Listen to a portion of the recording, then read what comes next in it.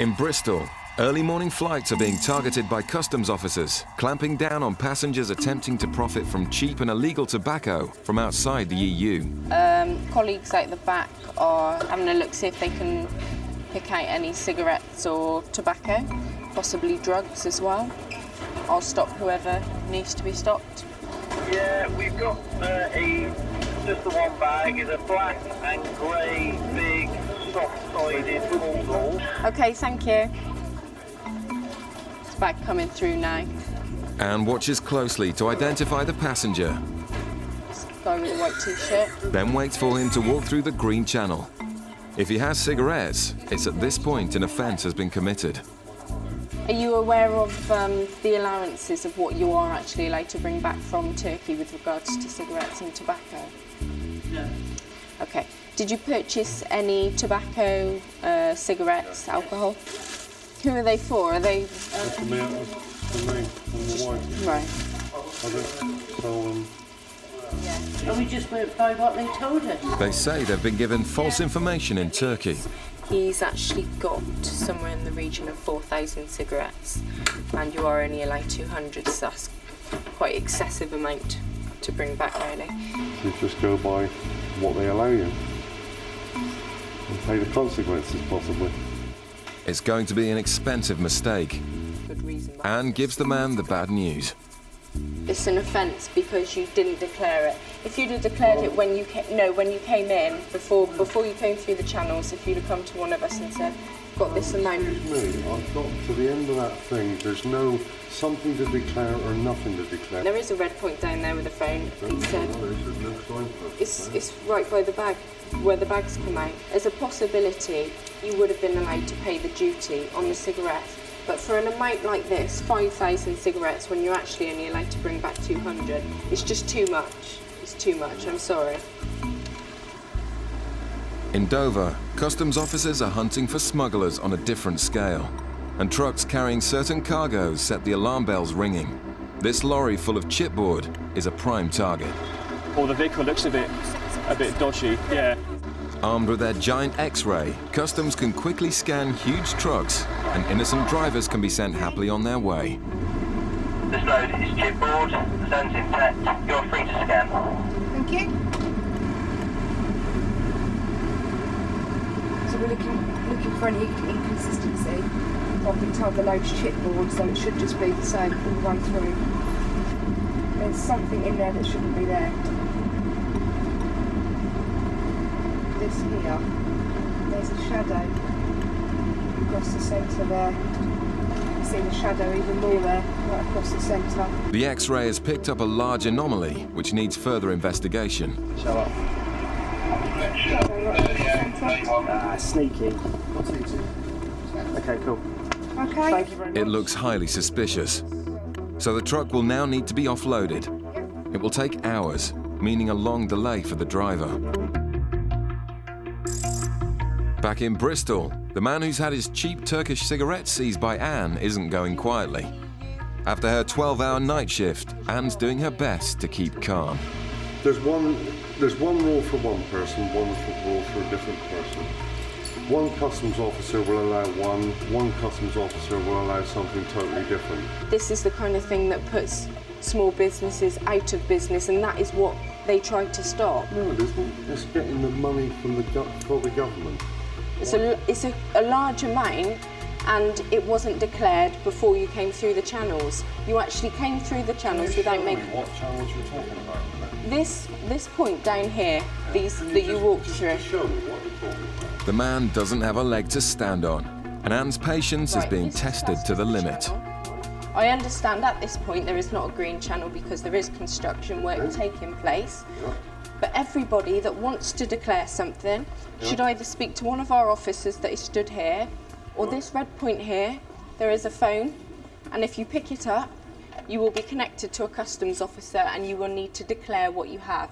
This is a declaration. If you make this, we offer you to pay the duty. Unfortunately, you didn't do that. I had to stop you. I came from there. But I walked over to here. Yes. I'm looking for my baggage. I come round here. I get my baggage. I look here. Nothing to declare. Arrivals from European Union. Whoosh. Where's something to declare? This is Oh, now something hang to on, declare. Hang on. Where is something to declare? Well, it Now, doesn't come need off to it. say. Now, play the so- game.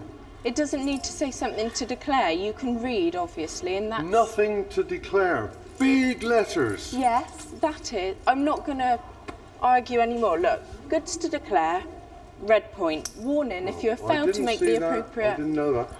All I'm not it's going to just argue a about bit- it anymore. You do have the right to appeal against my decision. The rules are the rules. I'm sorry, I don't make those rules. I know, it's just the way, it's just, one for one for another. So I can keep these, can I? Yes. As a final act of generosity, Anne decides to let them have back their allowance. But the man's angry mother doesn't know how to keep quiet either. I think they should be sorted out. They're telling us one thing and law's another thing, though. I'm sorry, but I disagree with that. Undercover officers also take on cigarette smugglers, but on a global scale. In 2003, investigators in Bristol got a tip-off about second-hand furniture dealer Andrew Smith smuggling cigarettes from the Far East. Smith's level of business and his income tax returns didn't reflect on the lifestyle he appeared to enjoy. He had a large house and a swimming pool. It was decided that we would mount a surveillance operation on Andrew Smith to identify his associates and to gather evidence to support a likely prosecution for cigarette smuggling. One of these associates was a gentleman in Birmingham called George Grassick. George Grassick had visited Malaysia on a number of occasions, and it was obvious that those visits were to organise the eventual importation of containers. The investigation uncovered an extremely well-organised criminal gang bringing in containers of cigarettes to Southampton Container Port. What they were actually doing was piggybacking containers of flat-pack bunk beds from Malaysia and China. The cigarettes were in identical boxes to the flat-pack bunk beds. The only difference was no bunk beds. During this surveillance, officers in Southampton x-rayed a container hiding over 2 million cigarettes. But to guarantee a conviction and ensure the maximum sentence, officers also wanted to prove that Smith was responsible for coordinating the importation, which meant proving links to the Far East. It was clear that in Operation Commute that Smith must have had contacts in the Far East. One person identified through the surveillance was a Malaysian national female. Smith and the woman were clearly unaware that they were the focus of a high-level surveillance operation. In July of 2003, officers surveilled Andrew Smith and the Malaysian female at Heathrow Airport. They surveilled the lady checking in for a flight to Malaysia.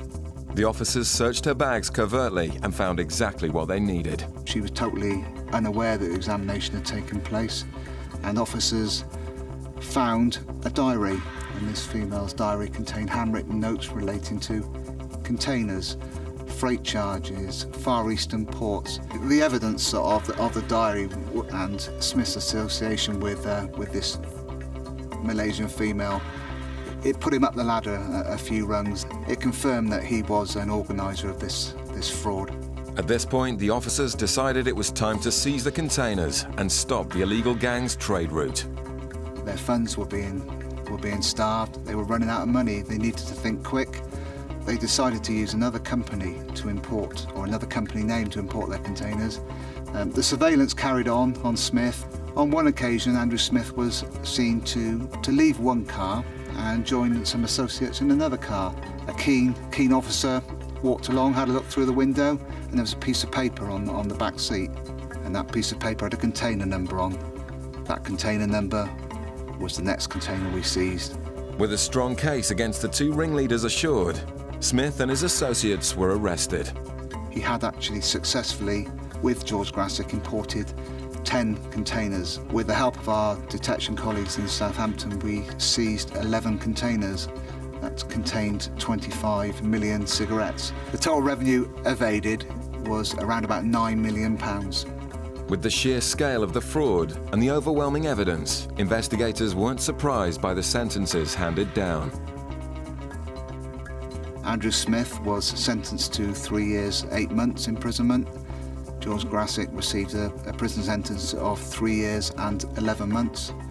Some people would say they played the game. On this occasion, the authorities won. Still to come, officers stop a tricky customer in Gatwick.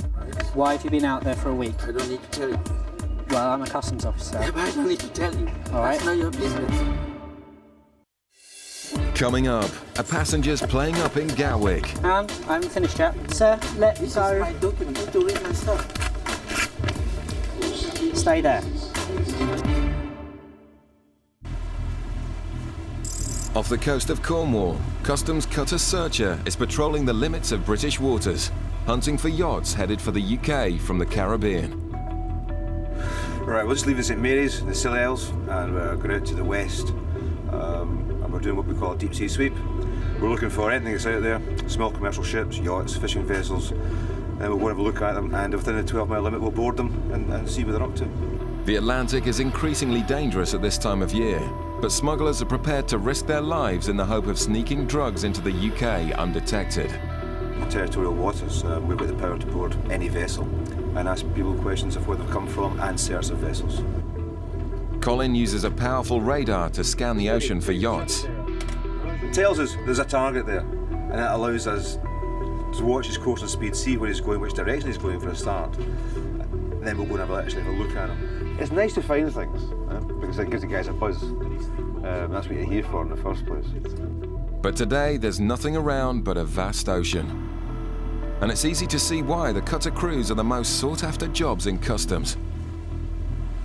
Beautiful, aren't they? And that was the game you used to do. You could see how close you get to the passage yard. The chipboard truck with a suspicious X-ray is now in the search bay. The German driver is questioned, while Michael tries to uncover anything stashed inside the load. Well, it's a load of chipboard, so what we've done is we drilled in 2 holes towards the back. As I drilled through, it kind of went down about that deep, and then just gave way. And as I pulled the drill bit, I could smell a little bit of tobacco, and also I could see little bits of tin foil. The only problem is with wood, sometimes because the drill, it burns it when you're drilling. It can smell a little bit like, kind of tobacco type smells. It could be a false alarm, but as the top layer of chipboard comes off, the source of the tobacco smell becomes very clear. Michael has uncovered a massive haul of cigarettes in a coffin concealment. The driver is arrested immediately. Verstehe sowieso gar nichts. Anything we do say, make different evidence. You understand? Weiß ich nicht.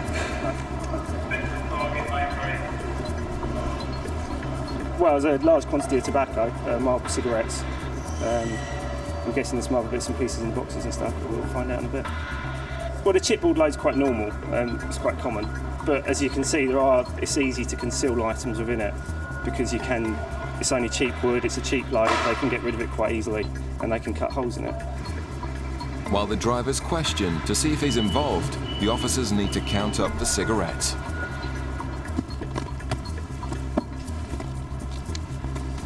How much was it? You got 160,000 in there, in the boxes, and 160,800 on the pallet. So in total it's 320,800. Just one. So times that by 6. In all, nearly 2 million cigarettes. Because you spend so much time looking in lorries and not finding stuff, because obviously, not everyone's bringing things in. So it's good to find something. That's a good number as well. This is what we kind of want to get, really, because this is the big numbers. In Gatwick, the baggage X-ray has picked up a suspiciously empty suitcase, and customs want to talk to the passenger. Officers have to tackle all kinds of passenger, and some are more cooperative than others. Hi, sir. Hi, where have you come from today? Tripoli, yeah? Okay, just want to bring your bag over here first. Just here. Officers ask simple questions to work out if further investigation is needed. But this man is making things difficult. Yeah, no, that's fine. We'll try and make this as painless as possible. You need to be quick, yeah? But I understand I've got to do my job though, yeah? just first of all, whereabouts are you going to in the UK? Where's home for you here? Well, I live here. Yeah, where's home? Check it in your system. All right, if you tell me, then I won't have to go and check it. Then you go and check it. No, if you do, just tell me where you go. Give me a break. Just let me go. Why have you been out there for a week? I don't need to tell you. Well, I'm a customs officer. Yeah, but I don't need to tell you. All right. That's not your business. Did you pack the bags yourself? Yes, yeah. And do you know what's inside your bags? Listen, I have just opened it. All right. Can you check? Well, if you can open your bag up and let's have a quick look inside again. Officers were alerted by the empty bag, but are now very intrigued by the man's demeanour. Just got an empty bag, yeah? All right. Okay, that's all right. No. I won't need to take everything out. My son is just looking for me. Just get. All right, sir. All right.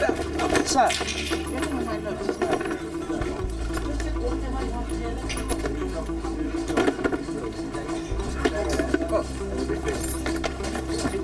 All right, leave me to this, all right, and I'll finish, and then you can be on your way, all right? Just let me do my job. Finish and let me go, idiot. How much money have you got there? You can count it. It is your money. No, it's your money, so, Yeah, so tell me how much you got. What does that have to do with you? Sorry? What does that have to do with you? I just would like to know how much you've got there. I don't need to tell you. All right, fair enough. Imbecile. Unless the man starts to cooperate, this baggage search could take quite some time. Searchers' deep-sea sweep has so far been a washout. We're heading back in for St Mary's now. Unfortunately, there wasn't very much out there today at all. We've searched quite a big area, but all we've found is lots and lots of dolphins. But heading back in, the radar picks up a target. This is the target here, this chap here. The yacht appears to be coming from the Canaries, a frequent transit point for drugs from Africa and the Caribbean. In this neck of the woods, but mostly where those vessels come from into this area, I'd suspect that if there's anything there, it would be drugs. And it's possible it'd be quite well hidden on board the yacht as well. Officers boarding vessels at sea never know what they might face. The drugs trade is worth billions, and smugglers are willing to protect their goods with force. Smugglers also try hard not to stand out from the crowd, so even the most innocent-looking boat needs to be treated with suspicion.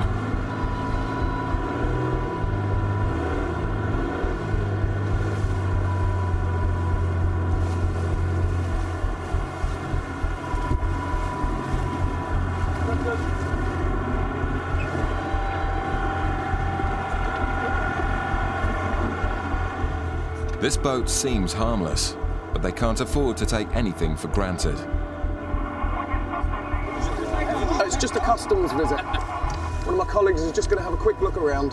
How many people are there on board in total? 4 of us. It's just the 4, is it? Nobody else down below? Just let my colleague have a quick look, come back to me and let me know. Okay. Do you have any drugs on board? Cigarettes, spirits, narcotics, or firearms, guns, knives, explosives? You've got knives for the kitchen, that's fine. While the officers question the crew, the officer searching below deck signals the all clear. He's happy. He's happy. He does that when he's happy. They decide that the boat is clean, and the happy crew sail off into the sunset. Yes, Ray, Billy. That's us just left the Dutch yacht.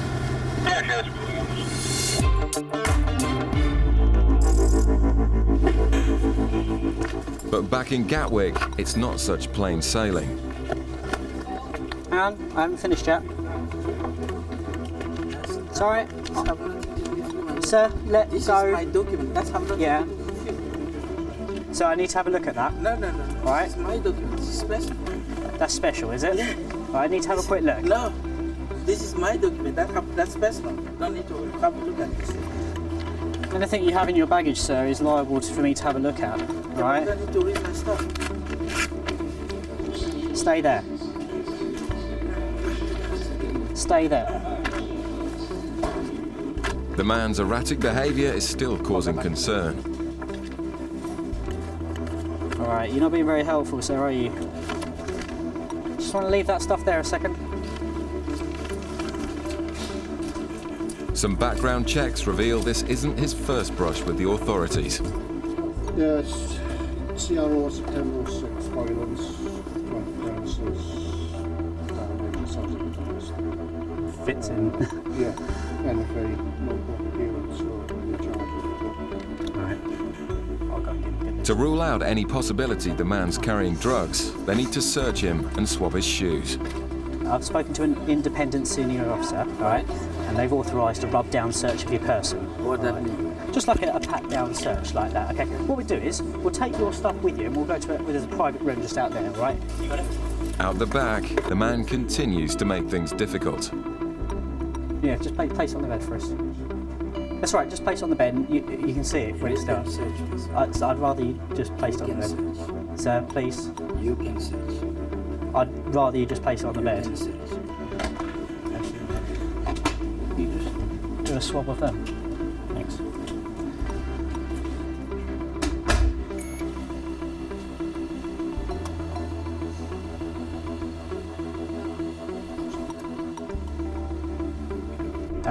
It's got 2 mobile phones plus another SIM card, but again, nothing on the shoes, so there's no other reason to hold them. So, all right. In the end, it was all a lot of fuss about nothing. The smallest reason someone can just kick off, and he just threw his dummy out the pram and just chucked everything around, and that was about as much as he could do. You know in those first couple of seconds if it's going to be worth it or not with him, and it was definitely worth taking further just to see what his story was really.